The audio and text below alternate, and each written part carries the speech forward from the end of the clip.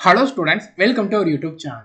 CGL 2024ல Income Tax Department and Customs Departmentல மொத்தம் 7500 vacancies வந்து வரப்போகுது.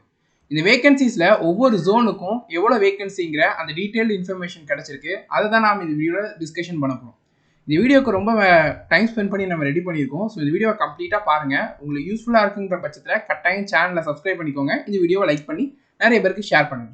இந்த வீடியோவில் இன்கம் டேக்ஸ் டிபார்ட்மெண்ட்ல அண்ட் கஸ்டம்ஸ் டிபார்ட்மெண்ட்ல வரக்கூடிய inspector post and tax assistant post, executive assistant, preventive officer, examiner, இந்த போஸ்ட்டுக்கு ஓவரால் எவ்வளோ வேகன்சி இருக்கு அண்ட் தமிழ்நாடுக்கு எவ்வளோ வேகன்சி இருக்குங்கிற அந்த இன்ஃபர்மேஷன் பற்றி பார்க்க போகிறோம். அது மட்டும் இல்லாமல் ப்ரீவியஸ் இயர் கட் ஆஃப் என்ன அண்ட் சில போஸ்ட்டுக்கு ஜென்ரல் அண்ட் ஓபிசிக்கு வேகன்சிஸ் இல்லை தமிழ்நாட்டில் வரக்கூடிய போஸ்ட்டுக்குமே. ஸோ அதை பற்றின டிஸ்கஷன், ஃபிசிக்கல் என்னென்ன போஸ்ட்டுக்கெலாம் தேவை, ஃபிசிக்கலோட டீட்டெயில் என்ன, காம்படிஷன் எப்படி இருக்கும் இந்த டைம் அண்டு சேஃப் ஸ்கோர் எவ்வளோ, எக்ஸாம் டேட் எப்போ, நோட்டிஃபிகேஷன் எப்போ ரிலீஸ் பண்ண போகிறாங்க, எப்போ இதுலேருந்து அப்ளை பண்ண ஸ்டார்ட் பண்ணலாம், நோட்டிஃபிகேஷன் விட்டதில் இருந்து ஃபைனல் ஜாயினிங்க்கு எவ்வளோ டேஸ் எடுத்துப்பாங்க, இன்ஹேண்ட் சேலரி இந்த போஸ்ட்டுக்கெல்லாம் எவ்வளோ இருக்கும், இதெல்லாமே கம்ப்ளீட்டாக பார்க்க போகிறோம். நீங்கள் இந்த வேகன்சிங்கிறத ஜஸ்ட் ஒரு பிடிஎஃப்லேயே நீங்கள் பார்த்துடலாம். ஆனால் நிறைய விஷயத்தை இந்த வீடியோவில் டிஸ்கஷன் பண்ண போகிறோம். நீங்கள் சிஜிஎலுக்கு சீரியஸாக ப்ரிப்பேர் பண்ணிட்டீங்கன்னா இந்த வீடியோ உங்களுக்கு ரொம்ப ரொம்ப இம்பார்ட்டண்டான ஒரு வீடியோ. ஏன்னா இந்த டைம் வந்துக்கூடிய வேகன்சிஸ் பார்த்தீங்கன்னா கிட்டத்தட்ட 7500. இது லாஸ்ட் டைம் சிஜிஎல் 2023ல பார்த்தீங்கன்னா மொத்த வேகன்சியை பார்த்தீங்கன்னா 7800 கிட்ட தான். ஸோ லாஸ்ட் டைம் அந்த வேகன்சிஸை கம்பேர் பண்ணுறப்போ இந்த டைம் இந்த ரெண்டு டிபார்ட்மெண்ட்டில் மட்டுமே கிட்டத்தட்ட அந்த டைம் அந்த வேகன்சிஸை விட அதிகமாக இருக்குது. இந்த டைம் ஆப்பர்ச்சுனிட்டி அதிகமாக இருக்குது. ஸோ நீங்கள் நல்லா ஃபோக்கஸாக படிச்சிங்கன்னா இந்த சிஜிஎல் 2024ல இந்த ரெண்டில் ஏதாவது ஒரு டிபார்ட்மெண்ட்டில் உங்களால் நிச்சயமாக செலக்ட் ஆகிட முடியும். இந்த வீடியோ ஸ்டார்ட் பண்ண மூட்டி சிஜிஎல் 2024 எக்ஸாம்ஸ்க்கு நீங்கள் ப்ரிப்பேர் பண்ணிங்கன்னா நீங்கள் நம்மளோட இந்த கிளாஸில் ஜாயின் பண்ணிக்கோங்க. இந்த கிளாஸஸ்க்கான லிங்க் இந்த டிஸ்கிரிப்ஷன் அவைலபிளாக இருக்குது. கம்ப்ளீட் சிலபஸ் உங்களுக்கு இந்த கோர்ஸில் கவர் ஆகிடும். பேசிக்ஸ்லேருந்து எல்லாமே டீச் பண்ணியிருப்போம். பிடிஎஃப் நோட்ஸ் உங்களுக்கு ப்ரொவைட் பண்ணிடுவோம். ரெக்கார்டட் கிளாஸஸ் ப்ரொவைட் பண்ணிடுவோம். எல்லா கிளாஸஸுமே topic wise type wise teach பண்ணிப்போம். எல்லா டைப்புமே கவர் ஆகிருக்கும். ஸ்மார்ட் அப்ரோச்சில் உங்களுக்கு டீச் பண்ணிப்போம். ப்ரீவியஸ் இயர் கொஷின்ஸ் கவர் ஆகிடும். அது மட்டும் இல்லாமல் லேட்டஸ்ட்டாக ரீசெண்டாக முடிஞ்ச எக்ஸாம்ஸோட கான்செப்ட்ஸ் அண்ட் அந்த கொஷின்ஸுமே இன்க்ளூட் பண்ணி தான் டீச் பண்ணிப்போம். டவுட்ஸ் கிளியர் பண்ணுவோம். Complete guidance through out the journey provide பண்ணுவோம். ரெகுலர் இன்டர்வலில் லைவ் இன்டராக்ஷன் கண்டக்ட் பண்ணி உங்கள் டவுட்ஸை கேட்டு அதையுமே கிளியர் பண்ணுவோம். வீக்லி டெஸ்ட்டுமே கண்டக்ட் பண்ணுவோம். ஸோ இந்த கிளாஸஸ்க்கான லிங்க் இந்த டிஸ்கிரிப்ஷனில் இருக்குது. சிஜிஎல் இப்போ படிக்க போகிறேன்னு சொல்கிறவங்க இந்த கிளாஸில் ஜாயின் பண்ணிக்கோங்க. பெஸ்ட் கண்டென்ட்டாக உங்களுக்கு இந்த எக்ஸாம் கிளியர் பண்ணுறதுல இந்த கோர்ஸ் கட்டாயமாக இருக்கும். ஃபர்ஸ்ட்டு ஆல் இண்டியாவில் மொத்த இந்தியாவுக்கு எவ்வளோ வேகன்சின்றதை பார்க்கலாம். இந்த ரெண்டு டிபார்ட்மெண்ட்லையும் மொத்த டிபார்ட்மெண்ட், அதாவது கஸ்டம்ஸ் அண்ட் இன்கம் டேக்ஸ் ரெண்டுமே சேர்த்திங்கன்னா மொத்தம் 7560 வேகன்சிஸ் இருக்குது. இதில் கஸ்டம்ஸில் பார்த்தீங்கன்னா 4890 வேகன்சிஸ் இருக்குது. இன்கம் டேக்ஸ் டிபார்ட்மெண்ட்டில் 2690 வேகன்சிஸ் இருக்குது. இன்ஸ்பெக்டர் போஸ்ட்டுக்கு பார்த்தீங்கன்னா கஸ்டம்ஸ் டிபார்ட்மெண்ட்டில் 2664 வேகன்சிஸ் இருக்குது. இது லாஸ்ட் டைம் வந்த வேகன்சியை விட அதிகம். ஏன்னா லாஸ்ட் டைம் 2300 வேகன்சி கிட்ட தான் வந்துருந்துச்சு. இந்த டைம் அதை விட அதிகமாக வந்திருக்கு. டாக்ஸ் அசிஸ்டன்ட்ல 1230 வேகன்சி. இது லாஸ்ட் டைம் கிட்டத்தட்ட 900 வேகன்சிஸ் வந்துச்சு. அதை விட ரொம்ப அதிகம், கிட்டத்தட்ட டபுள் டைம் சொல்லலாம். எக்ஸாமினர் போஸ்ட்டுக்கு 145 வேகன்சிஸ் இருக்குது. ப்ரிவென்டிவ் ஆஃபீஸருக்கு 340 வேகன்சி. எக்ஸிக்யூட்டிவ் அசிஸ்டன்ட்டுக்கு 111 வேகன்சி. மொத்தம் 4890 வேகன்சி வந்து கஸ்டம்ஸ் டிபார்ட்மெண்ட்ல மட்டுமே இருக்கு. ஓகேவா? அடுத்தது இன்கம் டேக்ஸ் டிபார்ட்மெண்ட் எடுத்துக்கிட்டீங்கன்னா இன்ஸ்பெக்டருக்கு 411 வேகன்சி இருக்கு. இது லாஸ்ட் டைம் அதை விட ரொம்பவே அதிகம். ஏன்னா லாஸ்ட் டைம் 168 வேகன்சிஸ் தான் வந்திருக்கு. இந்த டைம் 411 வேகன்சி இருக்கு. டாக்ஸ் அசிஸ்டன்ட் போஸ்ட்டுக்கு பார்த்தீங்கன்னா 2251 வேகன்சி இருக்கு. லாஸ்ட் டைம் 580 சம்திங் தான் வந்துச்சு. இந்த டைம் அதுக்குமே வேகன்சி அதிகம். 2690 வேகன்சிஸ் வந்து வந்திருக்கு. இப்போ வரைக்கும் சிஜிஎல் 2024 எக்ஸாம்ஸில் பார்த்தீங்கன்னா கிட்டத்தட்ட 11000 வேகன்சிஸ் வந்து ரிப்போர்ட் ஆயிருக்கு. இன்னும் நிறைய போஸ்ட்டுக்கான வேகன்சிஸ் வந்து ரிப்போர்ட் ஆக வேண்டியது இருக்கு. இப்போ தமிழ்நாட்டோட வேகன்சி இது ஆல் இண்டியா வேகன்சி. தமிழ்நாடு, அதாவது சென்னை ஜோனுக்குன்னு தனியான வேகன்சி உண்டு. இந்த சென்னை ஜோனில் பார்த்தீங்கன்னா தமிழ்நாட்டில் உள்ள எல்லா சிட்டிஸ்லையுமே போஸ்டிங் வந்து போடுவாங்க. ஸோ சென்னை ஜோனுங்கிறது தமிழ்நாடு ரெப்ரசென்ட் பண்ணும். ஸோ தமிழ்நாடுக்கு எவ்வளோ வேகன்சி இருக்குன்றதை பார்க்கலாம். தமிழ்நாடுக்கு மொத்தம் இந்த ரெண்டு டிபார்ட்மெண்ட்டையும் சேர்த்திங்கன்னா 4451 வேகன்சிஸ் வந்து இருக்குது. இது கம்மியான வேகன்சிஸ் கிடையாது. மொத்த இந்தியாவில் கம்பேர் பண்ணுறப்போ இந்த வேகன்சிங்கிறது ரொம்பவே அதிகமான வேகன்சி தான் மற்ற ஸ்டேட்ஸை நம்ம கம்பேர் பண்ணுறப்போ. ஓகேவா? சில ஸ்டேட்ஸுக்கு வேகன்சி அந்தளவுக்கு அதிகமாகவே இல்லை. ஆனால் இந்த டைம் தமிழ்நாட்டுக்கு 1481 வேகன்சிஸ் வந்து இருக்குது. இன்ஸ்பெக்டர் போஸ்ட்டுக்கு பார்த்தீங்கன்னா 572 வேகன்சி இருக்குது. டாக்ஸ் அசிஸ்டண்ட்டுக்கு 342 வேகன்சி. எக்ஸாமினர் 20 வேகன்சிஸ் இருக்குது. ப்ரிவென்டிவ் ஆஃபீஸருக்கு 117 வேகன்சி இருக்குது. எக்ஸிக்யூட்டிவ் அசிஸ்டண்ட்டுக்கு 11 வேகன்சி இருக்குது. ஸோ இன்கம் டேக்ஸ் டிபார்ட்மெண்ட்டில் பார்த்தீங்கன்னா இன்ஸ்பெக்டர் போஸ்ட்டுக்கு, இன்கம் டேக்ஸ் இன்ஸ்பெக்டர் போஸ்ட்டுக்கு 26 வேகன்சி. Tax அசிஸ்டண்ட்டுக்கு 393 vacancy. மொத்தம் 419 வேகன்சி பார்த்தீங்கன்னா ஒரு இன்கம் டேக்ஸ் டிபார்ட்மெண்ட்டில் இருக்குது. கஸ்டம்ஸில் 1022 வேகன்சிஸ் இருக்குது. நீங்கள் தமிழ்நாட்டில் எனக்கு போஸ்டிங் வேணும், சென்னை, மதுரை, கோயம்புத்தூர் இங்கெல்லாம் எனக்கு போஸ்டிங் வேணும் அப்படின்ற பட்சத்தில் உங்களுக்கு இந்த டிபார்ட்மெண்ட்டில் இதில் வந்து உங்களுக்கு போஸ்டிங் வந்து தமிழ்நாட்டுக்குள்ளேயே தான் போடுவாங்க. தமிழ்நாடு வேகன்சிங்கிறப்போ தமிழ்நாடுக்குன்னு தனி கட் ஆஃபான்னு கேட்டிங்கன்னா கிடையாது. ஸோ ஃபைனலாக எக்ஸாம்ஸ் ஃபைனல் கட் ஆஃப் விடுவாங்க. கஸ்டம்ஸுக்கு ஒவ்வொரு போஸ்ட்டுக்கும் தனி கட் ஆஃப், இன்கம் டேக்ஸ்க்கு ஒவ்வொரு போஸ்ட்டுக்கும் தனி கட் ஆஃப். அந்த கட் ஆஃப் போட்டு முடிச்சதுக்கு அப்புறமா நீங்கள் ஃபைனலாக ஒரு போஸ்ட்டுக்கு இப்போ எக்ஸாம்பிளுக்கு நீங்கள் இன்கம் டேக்ஸ் டிபார்ட்மெண்ட்டில் செலக்ட் ஆயிருக்கீங்கன்னு வச்சுக்கோங்க. இன்கம் டேக்ஸ் டிபார்ட்மெண்ட்டில் போஸ்ட் ப்ரிஃபரன்ஸ் வாங்குவாங்க. அதாவது ஒவ்வொரு ஜோன் மொத்தம் இந்தியாவில் எல்லா ஜோனுக்குமே நீங்கள் ப்ரிஃபரன்ஸ் போடுற மாதிரி இருக்கும். ஸோ அதில் நீங்கள் எந்த ஜோனோட ப்ரிஃபரன்ஸை கட் ஆஃப் கிளியர் பண்ணுறீங்களோ அங்கே உங்களுக்கு ஜாயினிங் இருக்கும். இப்போ எக்ஸாம்பிளுக்கு நீங்கள் ஃபஸ்ட்டு ப்ரிஃபரன்ஸாக சென்னை போடுறீங்க, தமிழ்நாடு, ஓகேவா? ஸோ சென்னை ஜோனுக்குன்னு ஒரு கட் ஆஃப் வந்து இது பண்ணியிருப்பாங்க, ஃபிக்ஸ் பண்ணியிருப்பாங்க ஒவ்வொரு கேட்டகரிக்கும். நீங்கள் அந்த கட் ஆஃபை விட அதிகமாக மார்க் எடுத்தீங்கன்னா உங்களுக்கு சென்னையிலேயே வேலை வந்து கிடச்சிடும். ஒருவேளை நீங்கள் அந்த கட் ஆஃப் கிளியர் பண்ணல, அடுத்ததான் நீங்கள் வந்து திருவனந்தபுரம் கேரளாவுடைய ப்ரிஃபரன்ஸாக போட்டிருக்கீங்க. கேரளாவில் உள்ள கட் ஆஃப் நீங்கள் கிளியர் பண்ணிட்டீங்கன்னா கேரளாவில் வந்து உங்களுக்கு வந்து போஸ்டிங் விடுவாங்க. ஃபைனல் கட் ஆஃப்லாம் போட்டு ஒரு போஸ்ட்டுக்கு செலக்ட் ஆனதுக்கப்புறம் தான் இந்த போஸ்ட் ப்ரிஃபரன்ஸுன்றது நடக்கும். நீங்கள் எங்கே போஸ்ட் ஆகுறீங்களோ அங்கே தான் வேலை பார்க்குற மாதிரி இருக்கும், ஓகேவா? இது தமிழ்நாடுக்கான வேகன்சி இந்த சிஜிஎல்ல இருக்குது. மொத்தம் 1451 வேகன்சி இருக்குது. நீங்கள் தமிழ்நாட்டிலேருந்து ப்ரிப்பேர் பண்ணுறவங்க எல்லாருமே இந்த வேகன்சியை ஃபுல் பண்ணுறதுக்கு நிறைய வாய்ப்பு இருக்குது. சீரியஸாக ப்ரிப்பேர் பண்ணுங்கள். இப்போ ஒவ்வொரு போஸ்ட்டுக்குமான சேலரி பார்த்துட்டு ஒவ்வொரு போஸ்ட்லேயும் எவ்வளோ வேகன்சிஸ் இருக்குன்றதை பார்த்துலாம் கேட்டகரி வைஸ். இன்ஸ்பெக்டர் போஸ்ட்டு, நீங்கள் கஸ்டம்ஸில் inspector post, examiner post, preventive officer போஸ்ட்லாம் செலக்ட் ஆகிங்கன்னா 73,000 ப்ளஸ் இன்ஹான்ஸ் சேலரியே கிடைக்கும். ஏன்னா இதெல்லாமே பார்த்தீங்கன்னா பே லெவல் 7ல் வரும். ஸோ சேலரிங்கிறது ரொம்பவே அதிகமாக இருக்கும். டேக்ஸ் அசிஸ்டன்ட் போஸ்ட்டுக்கு பார்த்தீங்கன்னா 43,000 இன்ஹான்ஸ் சேலரியாக கிடைக்கும். ஏன்னா இது பே லெவல் 4ல் வரும், ஓகேவா? அதே இது எக்ஸிக்யூட்டிவ் அசிஸ்டன்ட்டுக்கு பார்த்தீங்கன்னா இது பே லெவல் 6ல் வரும். இன்ஹான்ஸ் சேலரி 57,000 60,000 கிட்ட கிடைக்கும். ரொம்ப ரொம்ப நல்ல சேலரி, ஹை சேலரி. நீங்கள் இப்போ சிஹெச்எஸ்எல் எடுத்துக்கிட்டீங்கனாலும் சரி, எம்டிஎஸ் எடுத்துக்கிட்டாலும் சரி, அதை விட ரொம்ப அதிகமான சேலரி இந்த டிபார்ட்மெண்ட்டில் இந்த போஸ்ட்டுக்குலாம் உண்டு. இன்கம் டேக்ஸ் டிபார்ட்மெண்ட்டில் இன்ஸ்பெக்டர் போஸ்ட்டுக்கு பார்த்தீங்கன்னா 73,000 இன்ஹான்ஸ் சேலரி, டேக்ஸ் அசிஸ்டன்ட்டுக்கு 43,000 இன்ஹான்ஸ் சேலரியாக உண்டு. இன்கம் டேக்ஸில் இந்த 2 போஸ்ட் மட்டும்தான், கஸ்டம்ஸில் மட்டும்தான் இத்தனை போஸ்ட் வந்து உண்டு. இப்போ ஒவ்வொரு போஸ்ட்டுக்குமான vacancy, previous year cut off எவ்வளோ இருக்க வேண்டியது இருக்குன்றதை பார்க்கலாம். ஃபர்ஸ்ட்டு கஸ்டம்ஸ் டிபார்ட்மெண்ட்டில் இன்ஸ்பெக்டர் போஸ்ட். இந்த போஸ்ட்டுக்கு பார்த்தீங்கன்னா லாஸ்ட் டைம் 2389 வேகன்சி வந்துச்சு. அப்போது டியர் ஒன்னுக்கான கட் ஆஃப்ன்றது எல்லா போஸ்ட்டுக்கும் சேர்த்தாப்புல தான் போடுவாங்க. டியர் 2க்கு, அதாவது அந்த ஃபைனல் கட் ஆஃப், டியர் 2க்கானதான் ஃபைனல் கட் ஆஃப் உங்கள் எல்லாருக்குமே தெரியும். இந்த ஃபைனல் கட் ஆஃபை தான் பார்த்தீங்கன்னா ஒவ்வொரு போஸ்ட்டுக்கும் தனியாக போடுவாங்க. ஸோ இதில் பார்க்கக்கூடியது நீங்கள் சிஜிஎல்ல எந்த போஸ்ட் வேணும்னாலும் சரி, டபிள்யூஏஓ, ஜேஎஸ்ஓ, ஸ்டாட்டிஸ்டிக்கல் இன்வெஸ்டிகேட்டர், இந்த 3 போஸ்ட்டை தவிர்த்து எந்த போஸ்ட் உங்களுக்கு வேணும்னு நீங்கள் நினச்சாலும் இந்த கட் ஆஃப் தான் லாஸ்ட் டைம் கட் ஆஃபாக வச்சிருக்காங்க. இந்த டைம் எவ்வளோ மார்க் எடுக்கணுங்கிறதை இந்த வீடியோவில் ஷேர் பண்ணுறோம். இது லாஸ்ட் டைம் கட் ஆஃப் நீங்கள் செக் பண்ணிக்கோங்க.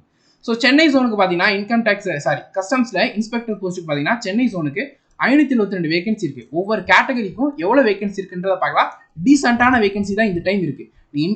நீங்கள் கஸ்டம்ஸ் டிபார்ட்மெண்ட்டில் யூனிஃபார்ம் போஸ்ட் போடணும், நான் தமிழ்நாட்டிலேயே வேலை பார்க்கணும், சேலரி 73,000 சென்ட்ரல் கவர்மெண்ட்டில் வாங்கணும்னு நினச்சிங்கன்னா இந்த டிபார்ட்மெண்ட்டு இந்த போஸ்ட்டுங்கிறது உங்களுக்கு பர்ஃபெக்ட் சாய்ஸாக இருக்கும். எல்லா ஸ்டேட்டையும் எல்லா ஜோனையும் கம்பேர் பண்ணுறப்போ சென்னைக்கு தமிழ்நாட்டுக்கு இந்த டைம் நிறைய வேகன்சி இருக்குது. ஸோ தட் உங்களால் இந்த டைம் சென்னையில் ஜாயின் ஆகிறதுக்கு நிறைய வாய்ப்புகள் இருக்குது. இந்த ஆப்பர்ச்சுனிட்டி மிஸ் பண்ணிடாதீங்க. டியர் 2க்கான கட் ஆஃப் இந்த போஸ்ட்டுக்கு லாஸ்ட் டைம் இதுதான். லாஸ்ட் டைம் அந்த வேகன்சி இந்த டைம் அந்த வேகன்சி ஓவரால் சேமாக தான் இருக்குது. ஸோ மோஸ்ட்லி இந்த டைம் இந்த கட் ஆஃப் வர்றதா வாய்ப்பு இருக்குது. நீங்கள் டியர் 2ல இந்த மார்க் மேலே எடுக்கிறதுக்கு ட்ரை பண்ணுங்கள். டியர் 2வோட டோட்டல் கொஷின்ஸ் வந்து 130.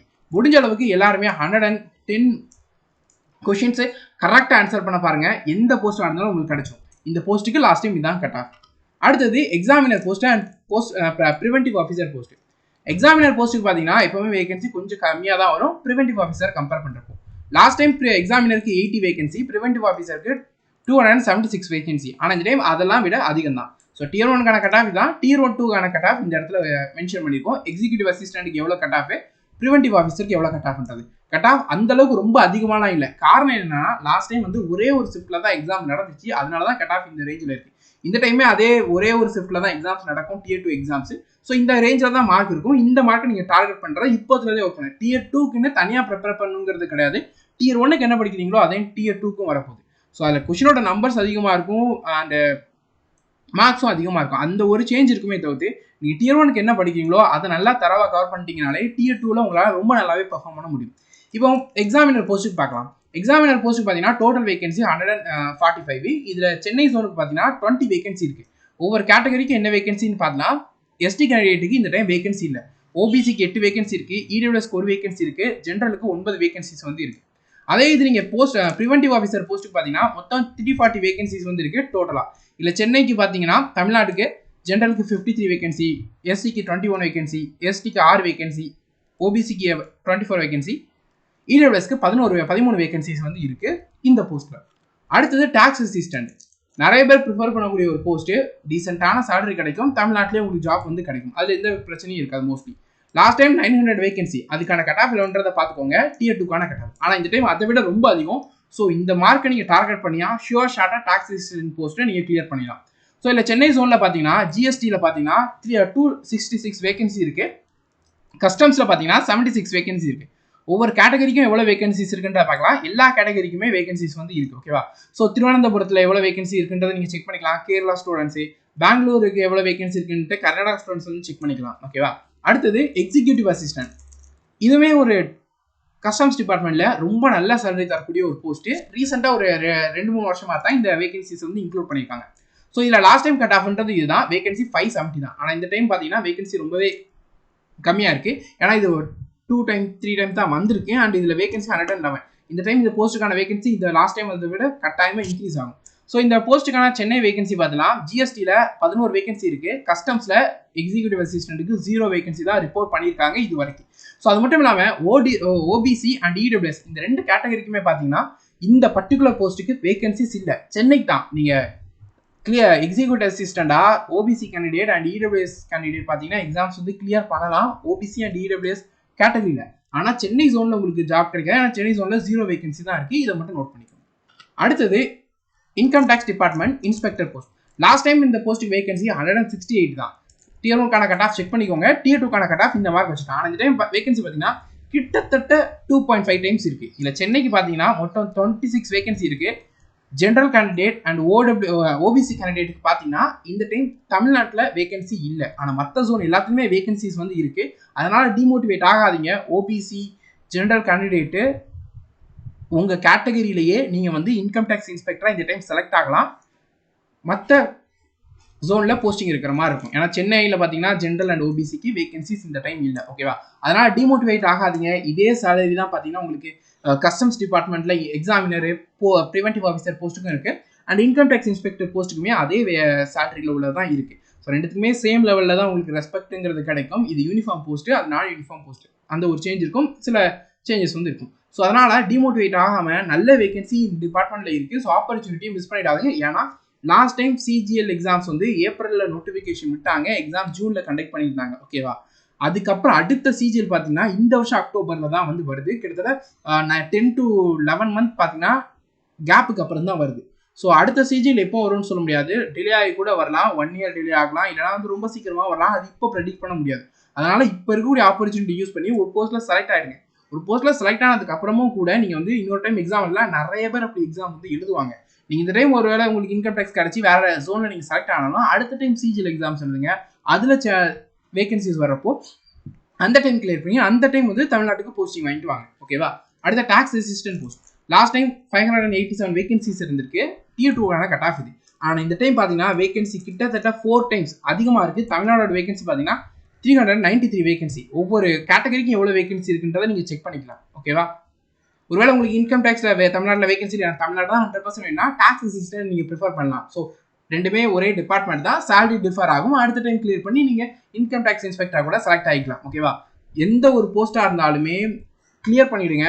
அந்த போஸ்ட்டை கிளியர் பண்ணிவிட்டு அதுக்கப்புறமா உங்களோட ட்ரீம் போஸ்ட் என்னவோ அதுக்கு இது பண்ணுங்கள். ட்ரீம் போஸ்ட் தான் நான் கட்டாயம் செலக்ட் ஆவேன், அது வரைக்கும் ஆப்பர்ச்சுனிட்டி மிஸ் பண்ணுவேன்னு நினைக்காதீங்க. ஏன்னா அந்த டைம் சில சேஞ்சஸ் வர்றதுனால உங்களால் கிளியர் பண்ண முடியாமல் கூட போகலாம். அதனால் சின்ன போஸ்ட்டாக இருந்தாலும் சரி, பெரிய போஸ்ட்டாக இருந்தாலும் சரி, உங்களோட 100% கொடுங்க. கொடுத்து உங்களுக்கு என்ன போஸ்ட் கிடைக்குதோ அதில் ஜாயின் ஆகிட்டு அதுக்கப்புறம் உங்களோட ட்ரீம் போஸ்ட் என்னவோ அதற்கு ப்ரிப்பேர் பண்ண ஸ்டார்ட் பண்ணுங்கள். ஓகேவா? அடுத்தது ஃபிசிக்கல் எஃபிஷியன்சி, ஃபிசிக்கல் ஸ்டாண்டர்டு. எந்த போஸ்ட்லாம் செலக்ட் ஆவாங்க பண்ணுவாங்க, டிசபிலிட்டி என்ன போஸ்ட்லாம் எலிஜிபிள், அண்ட் கலர் பிளைண்ட்னஸ் என்ன போஸ்ட்லாம் எலிஜிபிள், இது இந்த இதில் பார்க்கலாம். ஃபர்ஸ்ட் ஃபிசிக்கல் பார்த்தீங்கன்னா customs inspector, preventive officer, examiner, narcotic டிபார்ட்மெண்ட்டில் sub inspector, inspector, and NIA டிபார்ட்மெண்ட்டில் sub inspector, CBI sub inspector. இந்த போஸ்ட்டுக்கு மட்டும்தான் ஃபிசிக்கல் செக் பண்ணுவாங்க. மற்ற எந்த போஸ்ட்டுக்குமே ஃபிசிக்கல் எஃபிஷியன்சி டெஸ்டிங்கிறது கிடையாது. நிறைய பேர் கேட்கக்கூடிய டவுட் என்னவா இருக்குன்னா, காமனான டவுட்டு, இன்கம் டேக்ஸ் இன்ஸ்பெக்டர் போஸ்ட்டுக்கு ஃபிசிக்கல் உண்டான்னு கேட்குறீங்க.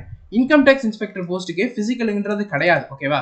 எக்ஸாம் கிளியர் பண்ணிக்கிறீங்கன்னா போதும், பேசிக்கான மெடிக்கல் நடக்கும், அது மட்டும்தான். இன்கம் டேக்ஸுக்கு ஃபிசிக்கல் கிடையாது. இப்போ ஃபிசிக்கல் டீட்டெயில்ஸ் எல்லாமே பார்க்கலாம்.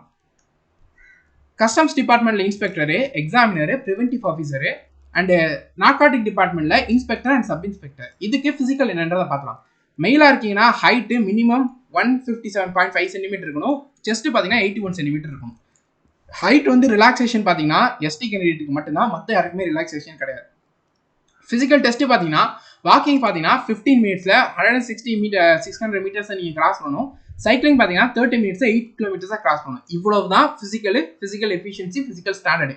வேறு எதுவுமே ஹார்டாக இருக்காது. ஃபீமேலுக்கு பார்த்தீங்கன்னா 152 சென்டிமீட்டர் ஹைட்டு மினிமம் கட்டாயம் இருக்கணும். அதுக்கு மேலே இருந்தால் பிரச்சனை இல்லை, கீழே இருக்கக்கூடாது. ஸ்பெக்ஸ் அலோடு தான், அதில் பிரச்சனை கிடையாது.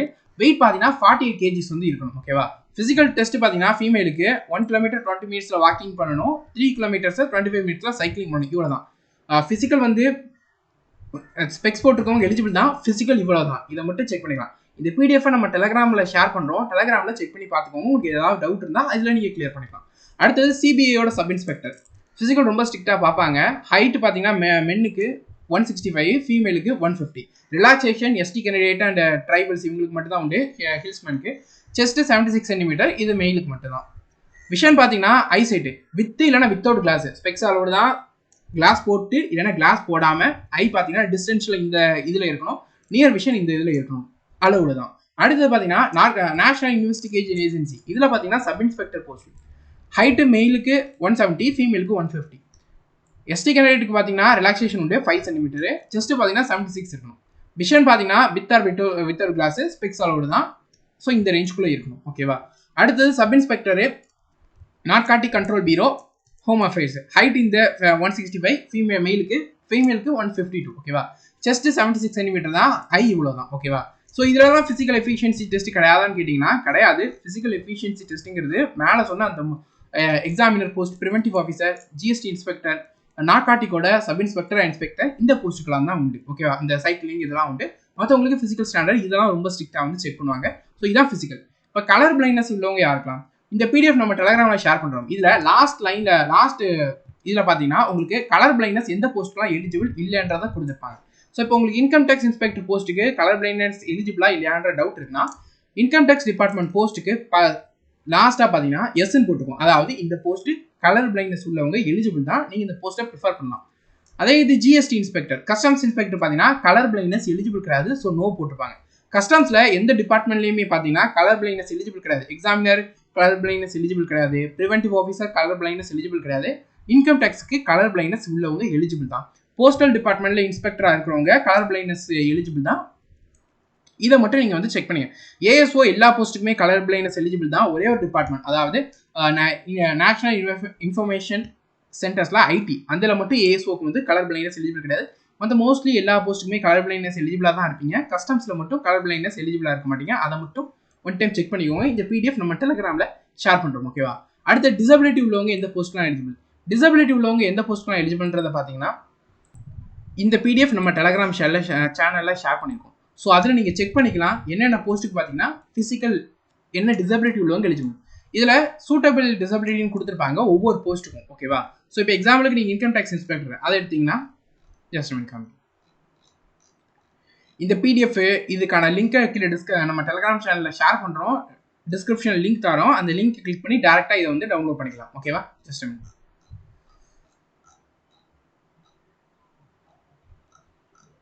இன்கம் டேக்ஸ் இன்ஸ்பெக்டர் என்ன டிசபிலிட்டி உள்ளவங்களாம் எலிஜிபிள்ன்றதை இதில் கொடுத்துருப்பாங்க. ஓகேவா? ஸோ உங்கள் டிசபிலிட்டி என்னன்றது உங்களுக்கு தெரியும். அந்த டிசபிலிட்டி எலிஜிபிள் என்ன போஸ்ட்லாம் இருக்குன்றதை செக் பண்ணிக்கோங்க. அந்த போஸ்ட்டை நீங்கள் டார்கெட் பண்ணுங்கள்.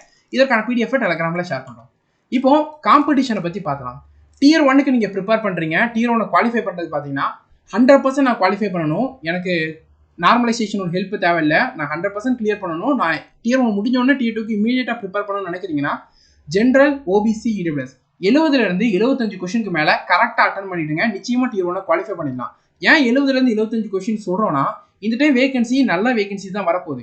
எவ்வளோ வேகன்சி வந்தாலுமே சரி, நீங்கள் உங்களுடைய பேப்பரில் ரொம்ப நல்ல மார்க், அதாவது ரா ஸ்கோரே கிளியர் பண்ண மாதிரி பார்க்கணும். ஏன்னா சில பேப்பர்ஸ் பார்த்தீங்கன்னா டஃபஸ்ட் பேப்பராக இருக்கும். சில டைம் பார்த்தீங்கன்னா குவாலிஃபை பண்ணுற ஸ்டூடெண்ட்ஸோட நம்பரை கம்மி பண்ணுவாங்க. லாஸ்ட் டைம் பார்த்தீங்கன்னா குவாலிஃபை பண்ண ஸ்டூடெண்ட் 9 டைம்ஸ் தான் கூட்டு போனாங்க. அதுக்கு முந்தின டைம் 10 டைம் தான். இந்த டைம் வேகன்சி இப்போ வரைக்கும் 11,000 ரிப்போர்ட் ஆயிருக்கு. நம்மளோட எக்ஸ்பெக்டேஷன் கிட்டத்தட்ட ஒரு 15,000 வரும். அப்படின்னு பார்த்தீங்கன்னா 1 lakh கூட்டு போகிறாங்கன்னு வச்சுக்கிட்டுமே. இப்போ 11,000 தான் இதாக இருக்குது. கிட்டத்தட்ட ஒரு 1 lakh கூட்டு போகிறாங்கன்னா 9 டைம்ஸ் கூட்டு போகிறாங்கன்னா அதை பொறுத்துமே கட் ஆஃபோடைய இதுங்கிறது இன்க்ரீஸ் அண்ட் டிக்ரீஸ் ஆகும். லாஸ்ட் டைம் பார்த்தீங்கன்னா கூட்டு போனது கிட்டத்தட்ட 9 டைம்ஸ் தான். ஜென்ரலோட கட் ஆஃப் 150 வச்சிருந்தாங்க. 150, 147, 149.5, 148 எடுத்தவங்களும் லாஸ்ட் டைம் கிளியர் பண்ண முடியாமல் போனாங்க. பிகாஸ் ஆஃப் இந்த நம்பர் ஆஃப் ஸ்டூடெண்ட்ஸை கூட்டு போகிறது. இந்த இஷ்யூஸ்லாம் நீங்கள் ஃபேஸ் பண்ணக்கூடாது. நான் எடுத்த மார்க் எனக்கு கட் ஆஃபை கிளியர் பண்ணணும்னு நினச்சிங்கன்னா நீங்கள் ஜென்ரல் ஓபிசி இடபிள்யூஎஸ் டியர் 1ல் இந்த நம்பர் ஆஃப் கொஸ்டின்ஸ்க்கு மேலே கரெக்டாக அட்டன் பண்ணிடுங்க. நிச்சயமாக டியர் 1 எந்த ஒரு பிரச்சனையும் இல்லாமல் கிளியர் பண்ணிடலாம். எஸ்சி எஸ்டி கேண்டிடேட்டாக இருக்கீங்கன்னா 60லேருந்து 65 கொஸ்டினுக்கு மேலே கரெக்டாக அட்டன் பண்ணிடுங்க. அந்த கொஸ்டின்ஸ் கரெக்டாக இருக்குன்ற பட்சத்தில் நிச்சயமாக டியர் 1 குவாலிஃபை பண்ணிடலாம். டியர் 2க்கு இமீடியட்டாக ப்ரிப்பேர் பண்ணிடலாம். கட் ஆஃப் கூட வச்சிருந்தாலும் சரி, நம்பர் ஆஃப் ஸ்டூடெண்ட்ஸ் கம்மியாக கூட்டு போனாலும் சரி, எந்த ஒரு இஷ்யூமே உங்களுக்கு இந்த டைம் வராது. ஏன்னா இந்த வேகன்சி இந்த டைம் வேகன்சிங்கிறது நல்லாவே இருக்குது.